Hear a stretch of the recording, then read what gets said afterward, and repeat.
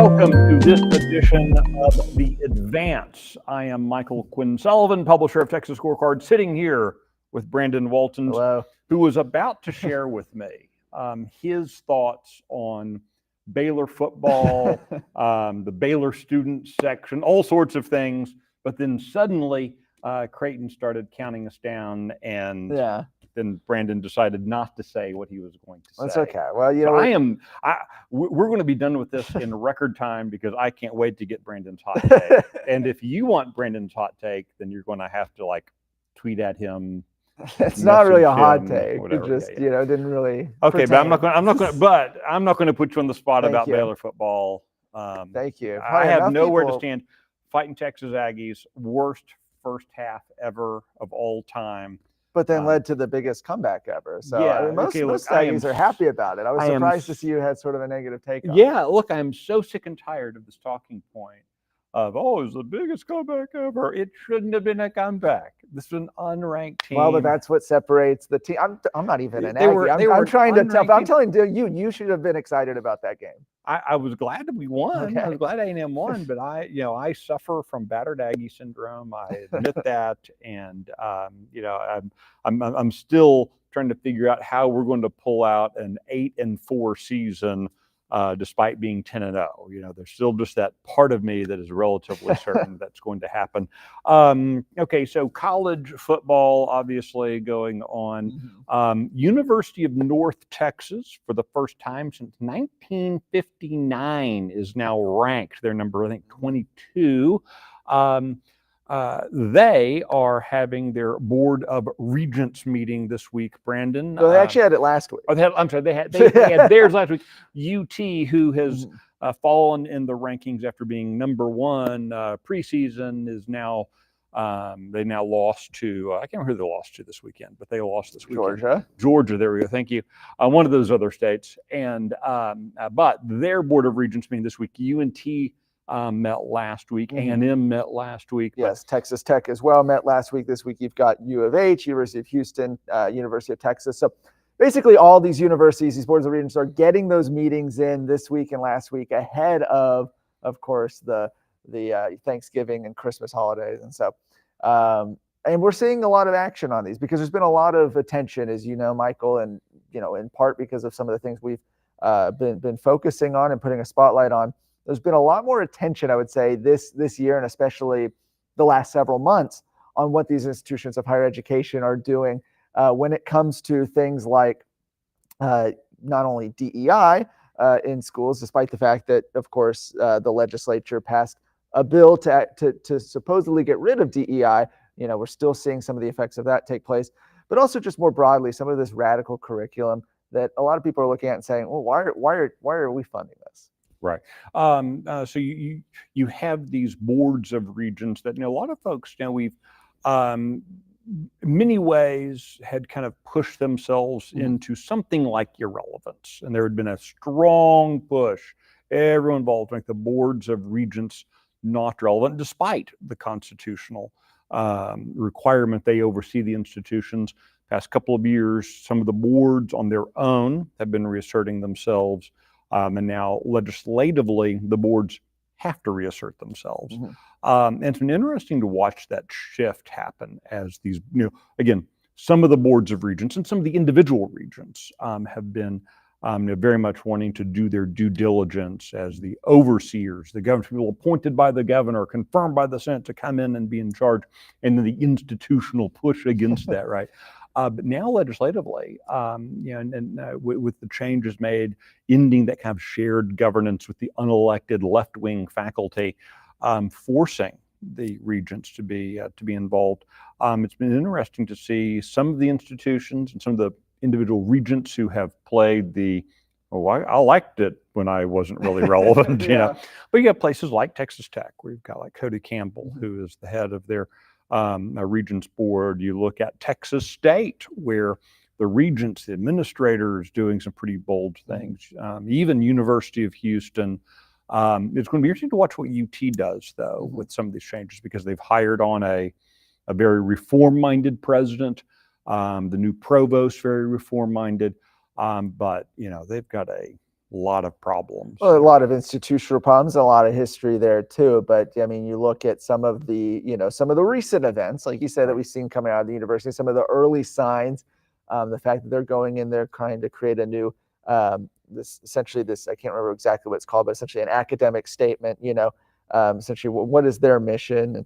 Right. And the fact that they've brought in some dissenting voices, people who would not normally be aligned with the university, somebody who was actually essentially forced out of the university a few years ago, who's helping craft that now, I think is a positive sign. And then you've also seen a willingness from the University of Texas's administration, in part because of some of the pressure from the state, but also in part from the Trump administration, where they've, trying to create this partnership there. And so certainly some encouraging movement there. And then, of course, at Texas A&M as well, certainly we've seen a lot of controversy out of there, especially in the last several months. Most recently with the ousting of their university president, Mark Welch, now former university president there, for essentially refusing to reform the campuses, right? Going against these sorts of reforms. I think that we're seeing, as you mentioned, we're seeing a lot of these boards of regents and a lot of these universities that normally didn't get a lot of attention are starting to get that, and they're making changes. And it's not going to be until, probably the next year or so that we really can tell which universities are taking this new mandate seriously and which aren't. Well, and I think it's important to note where you see the universities kind of being a little more aggressive, where you do see alumni, where you see the tuition payers, parents and their kids saying, wait a second, enough is enough. We're paying more than we've ever paid for to be indoctrinated by some purple-haired social justice warrior who couldn't get a job in the real world and instead teaching queer theory of the Caribbean theater or something that your university is forcing you to take, and you're paying top dollar for it. And folks have just had enough. They've just had enough. And I think this, in so many ways, this, feels a little self-serving to say this, but this goes to why it is so important for all of us to be engaged, to be informed, to be speaking up, because there were so many other inflection points in the past where some of the stuff could have stopped, but too many of us kept our mouths shut. And that's, our coverage, I know, has played a role in that, but more importantly, just the sheer number of alumni, donors, again, those parents paying the tuition, the kids paying the students paying the tuition, saying enough is enough. And that's where we all have to take ownership of our role in stopping some of the silliness. Well, and certainly citizens are going to have an opportunity to get engaged on a different level this week. You have the State Board of Education that's meeting in Austin. When they meet, it's usually not just a day, right? It's like a whole week long little thing, right? But they're holding their meeting Tuesday through Friday of this week. And as part of that, obviously there's a lot on that sort of 4-day agenda, but as part of that, there's not only going to be an opportunity for them to hear from citizens on what they're doing, but more broadly, they're taking the time now to implement some of the new laws, right? New laws that were passed during this most recent session were signed into law by Governor Abbott. Now the State Board of Education is actually going to be deciding how to implement those. And a lot of those dealing with exactly what's in curriculum, what's taught, what's not taught in Texas classrooms. And so every time they meet, it's a very big discussion, very, very important, because Texas is, not only does it affect Texas, but actually the way these things go, Texas, actually a lot of states look to Texas for, it sort of has a trickle down effect on what is taught in other states based on what the State Board of Education approves. We are the, I guess, second largest book buyer in the country, and that matters. In the world as a state. And so that does affect what these other states then actually have available to them. For a long time, Texas kind of, despite having long had the kind of second, third largest K to 12 population, the SBOE had been kind of cornered, made kind of like regents, made irrelevant.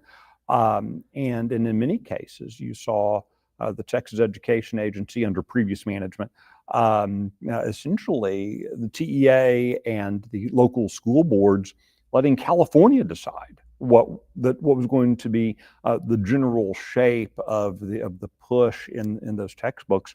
And now again, kind of like we were talking about with the university regents, you've seen the SBOE step up and say, wait a second, we're actually supposed to be doing this and taking it a lot more seriously, and taking it more seriously this this kind of question about what is going to be in the curriculum. What are our kids, age 5 through 18? What are they going to be learning in these schools? The schools, contrary to popular belief, are not employment centers for adults. Right. And that's how they're treated. They are actually supposed to be about educating youth. Hey, before we wrap up, Brandon, big announcement last week about crypto, Coinbase. Yes. Moving to Texas, cryptocurrency thing. When people talk about cryptocurrency, I still want to reach my wallet to find out. I mean, I know I've got my, got my driver's license and my CDL. I don't have any crypto coins in here. No crypto coins. Maybe someday I can figure out where to get a crypto coin.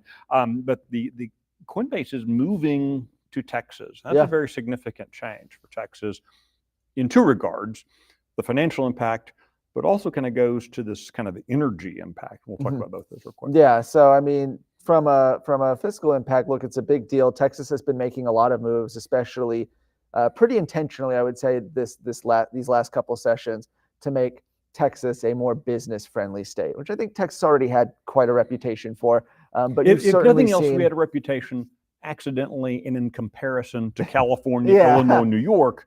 It wasn't purposeful.